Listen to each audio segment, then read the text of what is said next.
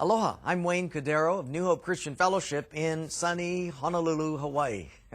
We also have 108 churches that I oversee, plus some Bible colleges, one here in Honolulu, but also one in Eugene, Oregon, called Eugene Bible College, that I spend half of my time at training up young leaders just like you. In the next 10 years, there will be a third of the churches that will require new pastors because of the retiring baby boomer pastors. Numerically, that comes to 126,000 leaders that'll be changing guards, as it were. So we are crying out for new young leaders that understand the Word of God and are willing to take the time to articulate it and communicate it in a way that people understand. So I want to talk to you as a young leader. When I was a young leader back in the 1800s or so, someone once said to me, Wayne, what you need to do is go and find some veteran leaders and ask them these two questions. Number one, if you could do it all over again, what would you do differently? And if you could do it all over again, what would you do the same? Let me share a few of those things with you. Number one, here's what I would have done. I would have found a veteran mentor that would allow me entree into their life. Oh, they didn't need to contact or push on me, but just give me an open door that if I had a question about budgeting or finances or staffing or laying people off, hiring them on, that would have saved me arguably 25 years of ministry mistakes.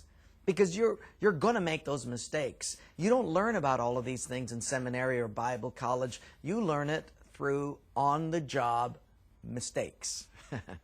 Or you can learn it through somebody else's mistakes.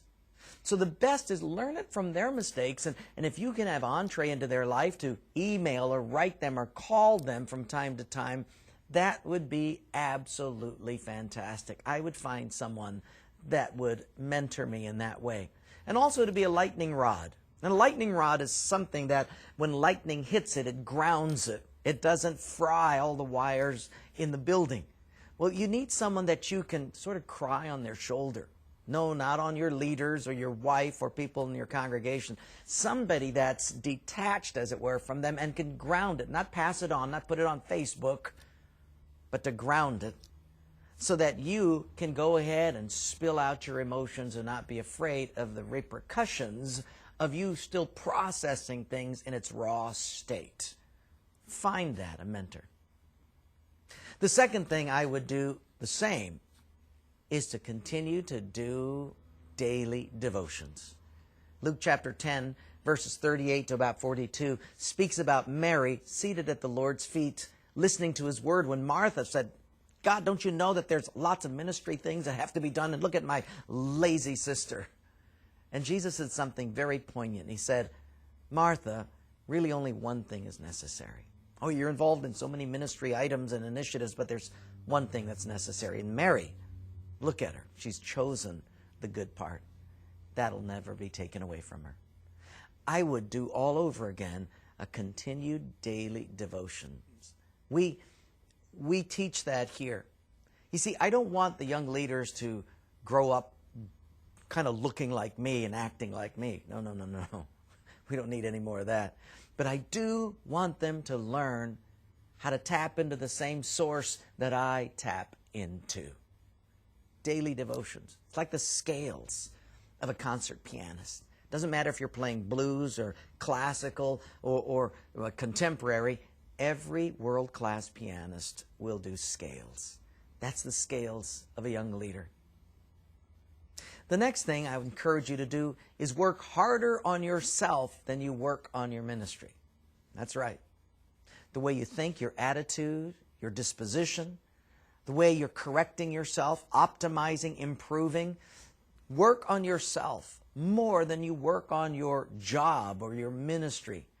The reading that you do, praying, trying to rethink, how do I optimize the way I think?